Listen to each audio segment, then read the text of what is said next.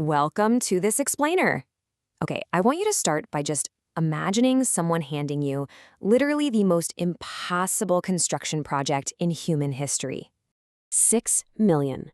Your project requirements? Actually pretty simple, but totally staggering.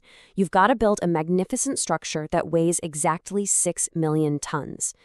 To put that insane number into perspective, it's basically the equivalent of taking dozens of modern steel skyscrapers and stacking them all into a single, tightly concentrated footprint.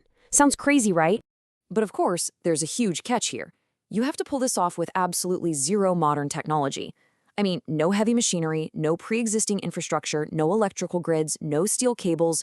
You get nothing but the raw materials of the earth and sheer, unrelenting human effort. So, how was it built? Let's dive into this because, well, this isn't just some wild hypothetical thought experiment. This is the mind-bending reality of the Giza pyramids built over 4,500 years ago. Which brings us to the absolute central mystery today. How in the world did they actually pull this off? Let's start with section 1, the problem of scale. To truly grasp this mystery, we kind of have to look past those beautiful, perfect tourist photos and break down the sheer, massive scale of this monument. We're talking about an ancient tomb that originally stood a towering 146 meters tall. To build that, they had to quarry, shape, and then assemble over 2 million individual stone blocks. And keep in mind, each single one of those blocks weighs several tons. The real challenge becomes super clear when we compare our modern world to their ancient reality. Think about it. Today, to achieve anything even remotely close to this, we'd rely heavily on massive cranes. But their reality? Pure physical labor. We'd use heavy-duty trucks to haul materials, but they had absolutely no engines, none. We rely on smoothly paved roads, but they had to move millions of tons of rock across this shifting desert landscape without a single piece of modern infrastructure. It's just wild. Moving right along to section 2, the construction mystery. Because this technological gap between them and us is just so massive, figuring out their exact techniques has naturally spawned a pretty wide spectrum of, let's say, colorful ideas. On one side, you've got this really wild speculation, stuff involving advanced lost technology or, even extraterrestrial help. But for this explainer, we really want to look past all that noise. We're going to focus on what the scientific consensus actually tells us, strictly based on hard archaeological evidence. And the reality? It was skilled workers, not slaves.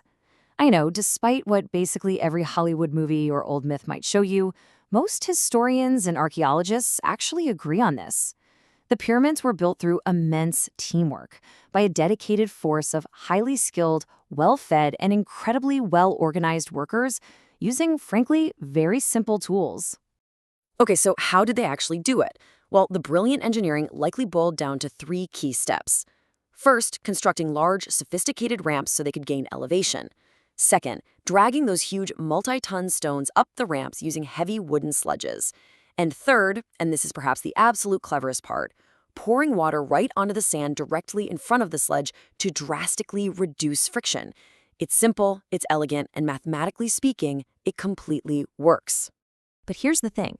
The physical lifting is really only half the mystery. They also perfectly aligned these massive, gargantuan structures to true north. They likely achieved this perfect star alignment using just the sun and the stars for precise guidance. The level of mathematical and astronomical precision they pulled off with simple sighting tools, it's literally breathtaking.